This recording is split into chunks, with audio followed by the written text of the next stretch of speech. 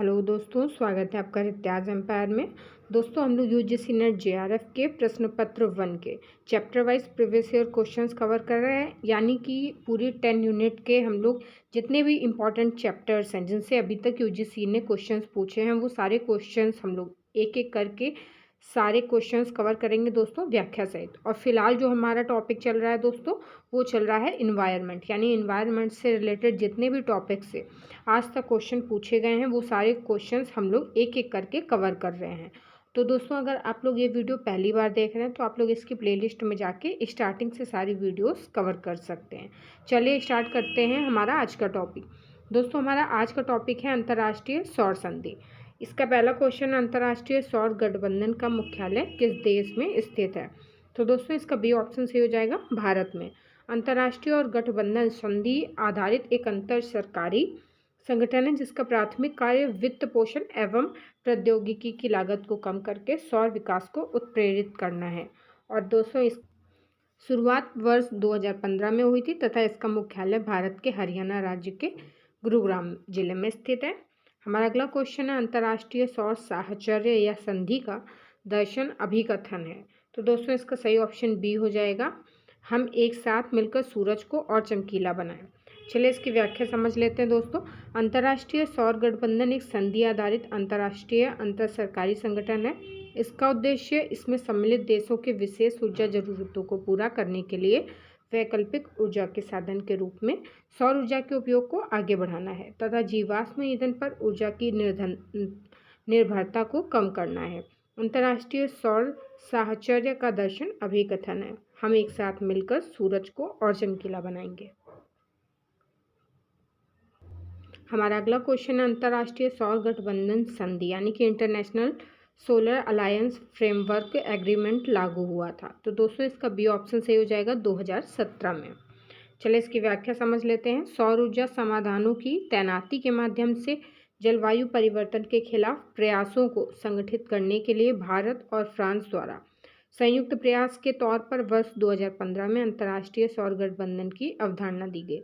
अंतर्राष्ट्रीय सौर गठबंधन संधि 6 दिसंबर 2017 ईस्वी को प्रभावी हुई। वर्तमान में 101 देश ISA फ्रेमवर्क समझौते के हस्ताक्षर करता है, जिनमें 80 देशों ने ISA के पूर्ण सदस्य बनने के लिए अनुसमर्थन के आवश्यक दस्तावेज प्रस्तुत किए हैं। दोस्तों, हमारा अगला क्वेश्चन है, अंतर्राष्ट्रीय सौर संधि के बारे में निम्नांकित में से कौन सा सत्य है? तो ए दिया गया है, इसका मुख्यालय वाशिंगटन DC में है। बी है या भारत एवं फ्रांस का संयुक्त उपक्रम है। सी है दोस्तों, भाग लेने वाले अधिकतर देश दक्षिणी गोलार्ध में है। डी है, हस्ताक्षरकर्ता देश 121 है। ई है, अधिकतर सूर्य की रोशनी से दीप्त देश इसमें भागीदार हैं। तो दोस्तों, इसका सही ऑप्शन बी हो जाएगा, यानी कि केवल बी, डी और ई। हमारा अगला क्वेश्चन है, क्योटो प्रोटोकॉल के पहले प्रतिबद्धता काल का अंत किस वर्ष में हुआ? तो दोस्तों, इसका सी ऑप्शन सही हो जाएगा, 2012 में। क्योटो प्रोटोकॉल को वर्ष 1997 में स्वीकार किया गया था तथा इसकी पहली प्रतिबद्धता अवधि 2008 से 2012 थी, अर्थात इसकी पहली प्रतिबद्धता अवधि वर्ष 2012 में समाप्त हुई। हमारा अगला क्वेश्चन है, निम्नलिखित में से कौन सी ग्रीन हाउस गैसें वे लक्षित गैसें थीं जिनके उत्सर्जन को क्योटो प्रोटोकॉल के प्रथम प्रतिबद्धता काल के दायरे में लाया जाना था? तो दोस्तों, ए है SO2, CO2, N2O, NH3, CH4। तो दोस्तों, इसका सही ऑप्शन सी हो जाएगा, केवल बी, सी और ई। क्योटो प्रोटोकॉल की पहली प्रतिबद्धता अवधि का लक्ष्य 6 मुख्य ग्रीन हाउस गैसों उत्सर्जन को नियंत्रित करना था। और दोस्तों, ये गैसें कौन सी हैं? कार्बन डाइऑक्साइड यानी कि CO2, methane, nitrous oxide, hydrofluorocarbon, पर फ्लोरोकार्बन और सल्फर हेक्साफ्लोराइड। हमारा अगला क्वेश्चन दोस्तों, नीचे 2 कथन दिए गए हैं जिसमें से एक अभिकथन है, दूसरा उसका तर्क या कारण है। अभिकथन दिया गया है, प्रत्येक देश द्वारा दीर्घावधि में कम उत्सर्जन विकास रणनीतियां अपनाना पेरिस समझौते के लक्ष्यों को साकार करना महत्वपूर्ण है। दोस्तों, इसका तर्क दिया गया है, प्रत्येक देश द्वारा घोषित राष्ट्रीय रूप से निर्धारित योगदान वैश्विक तापमान में वृद्धि को पूर्व औद्योगिक स्तर से 2 डिग्री सेल्सियस अधिक तक सीमित रखने के लिए पर्याप्त नहीं है। तो दोस्तों इसका सही ऑप्शन ए हो जाएगा। ए और आर दोनों सही हैं और आर ए की सही व्याख्या है। चलिए एक बार दोस्तों इसकी व्याख्या देख लेते हैं। पेरिस समझौता 2015 में अस्तित्व में आया था। इसका लक्ष्य है कि 21वीं शताब्दी की औसत तापमान में पूर्व औद्योगिक युग के औसत तापमान के स्तर से 2 डिग्री सेल्सियस अधिक वृद्धि नहीं होने दी जाएगी एवं 1.5 यानी कि 1.5 डिग्री सेल्सियस के स्तर तक रखा जाएगा, किंतु प्रत्येक देश द्वारा घोषित राष्ट्रीय रूप से निर्धारित योगदान वैश्विक तापमान में वृद्धि को पूर्व औद्योगिक स्तर से 2 डिग्री सेल्सियस अधिक तक सीमित रखने के लिए पर्याप्त नहीं है। हमारा अगला क्वेश्चन है, ग्लोबल वार्मिंग को पूर्व औद्योगिक स्तर के 2 डिग्री सेल्सियस तक सीमित करने के उद्देश्य से विश्व को सर्वाधिक कम लागत के मार्ग पर लाने के लिए 2017 के सापेक्ष 2030 तक वैश्विक ग्रीन हाउस गैस उत्सर्जन में किस सीमा तक कटौती आवश्यक है? तो दोस्तों इसका सही ऑप्शन ए हो जाएगा 25%। पेरिस समझौते के अनुसार ग्लोबल वार्मिंग को पूर्व औद्योगिक स्तर के ऊपर 2 डिग्री सेल्सियस तक सीमित करने के उद्देश्य से विश्व को सर्वाधिक कम लागत के मार्ग पर लाने के लिए 2017 के सापेक्ष 2030 तक वैश्विक ग्रीन हाउस गैस उत्सर्जन में 25% कटौती आवश्यक माना गया है। हमारा अगला क्वेश्चन है, पेरिस समझौते के अंतर्गत जलवायु परिवर्तन संबंधी वचनबद्धता में वैश्विक तापमान को 2 डिग्री सेल्सियस से नीचे सीमित रखने के लिए ग्रीन हाउस गैस उत्सर्जन में कितनी भिन्नीय कटौती शामिल हैं? तो इसका ए ऑप्शन से हो जाएगा 1/3 यानी कि 1/3। पेरिस समझौते के अंतर्गत जलवायु परिवर्तन संबंधी वचनबद्धता में वैश्विक तापमान को 2 डिग्री सेल्सियस से नीचे सीमित रखने के लिए ग्रीन हाउस गैस उत्सर्जन में 1/3 भिन्नीय कटौती शामिल है। हमारा अगला क्वेश्चन है दोस्तों, निम्नलिखित में से कौन सा पेरिस समझौता का मुख्य उद्देश्य है? तो दोस्तों इसका सही ऑप्शन हो जाएगा बी, जलवायु परिवर्तन के खतरे के प्रति वैश्विक पहल को मजबूत करना।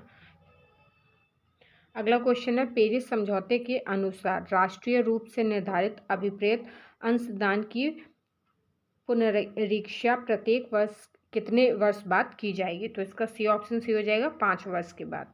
दोस्तों पेरिस समझौते के अनुसार राष्ट्रीय रूप से निर्धारित अभिप्रेत अंशदान की पुनरीक्षा प्रत्येक 5 वर्ष के बाद की जाएगी, जिससे संभावित खतरे व चुनौती के लिए तैयार हो सकें। उल्लेखनीय है कि कार्बन उत्सर्जन की कटौती के उद्देश्यों की प्राप्ति हेतु वैश्विक उत्सर्जन के 90% से अधिक के लिए जिम्मेदार 186 देशों के कार्बन कटौती के लक्ष्य निर्धारित किए हैं, जिन्हें राष्ट्रीय स्तर पर निर्धारित योगदान के रूप में जाना जाता है।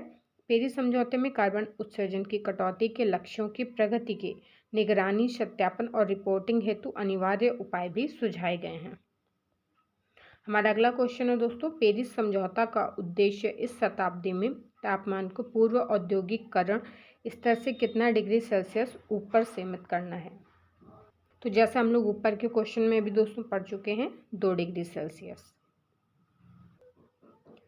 पेरिस समझौता का उद्देश्य इस शताब्दी में तापमान वृद्धि को पूर्व औद्योगिकरण स्तर से 2 डिग्री सेल्सियस ऊपर सीमित करना है। वैज्ञानिकों ने चेतावनी दी है कि 2 डिग्री से ऊपर के तापमान से धरती की जलवायु में बड़ा बदलाव हो सकता है, जिसके असर से समुद्र तल की ऊंचाई बढ़ना, बाढ़, जमीन धंसने, सूखा, जंगलों में आग जैसी आपदाएं बढ़ सकती हैं। वैसे भी औद्योगिकीकरण शुरू होने के बाद से धरती का तापमान 1 डिग्री सेल्सियस बढ़ चुका है। वैज्ञानिक इसके लिए ग्रीन हाउस गैसों के उत्सर्जन को जिम्मेदार मानते हैं। और दोस्तों ये गैसें इंसानी ज़रूरतों जैसे बिजली उत्पादन, गाड़ियाँ, फैक्ट्री और बाकी कई वजहों से पैदा होती हैं। हमारा अगला क्वेश्चन है, निम्नलिखित में से पेरिस समझौते की विशेषताएं कौन सी हैं? तो दोस्तों इसका सही ऑप्शन सी हो जाएगा, यानी कि बी और सी। यह समझौता साम्य और उभयनिष्ठ के सिद्धांतों की पहचान करता है, पर उनका दायित्व भिन्न भिन्न होता है। और सी है, पेरिस समझौता संबंधित है 2020 के जलवायु हस्तक्षेप से। चलिए दोस्तों एक साथ इसकी पूरी व्याख्या देख लेते हैं। पेरिस समझौता ग्रीन हाउस गैस उत्सर्जन समन, अनुकूलन और वित्त पर समझौता किया गया है।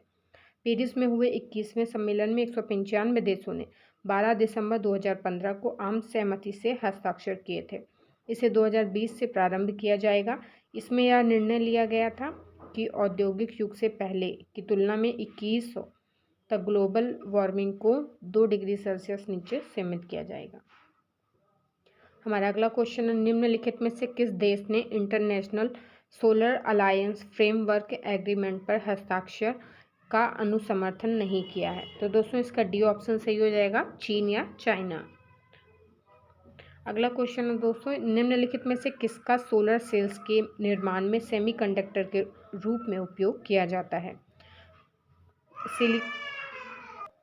Silicon, tin oxide, cadmium sulphide, gallium और सेनाइड।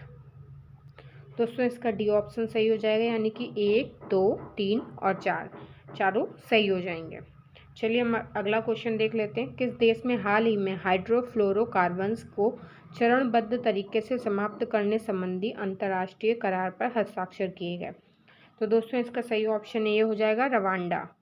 हाइड्रोफ्लोरोकार्बन्स के उत्सर्जन को चरणबद्ध रूप से समाप्त करने संबंधी समझौता 197 देशों के बीच मध्य अफ्रीकी देश रवांडा की राजधानी किगाली में मार्च 28 की बैठक में 15 अक्टूबर 2016 को संपन्न हुआ था। यह समझौता मॉन्ट्रियल प्रोटोकॉल में संशोधन से संबंधित है और उम्मीद है कि इस समझौते के क्रियान्वयन से सन 2100 तक वैश्विक तापमान में 0.5 डिग्री सेल्सियस की कमी होगी। और दोस्तों HFC गैस धरती के ताप वृद्धि और ओजोन परत क्षरण दोनों में अहम भूमिका निभा रही है। दोस्तों आज के वीडियो में हम इतने ही क्वेश्चन रखेंगे। हमारा जो नेक्स्ट टॉपिक होगा अगली वीडियो में, रियो सम्मेलन।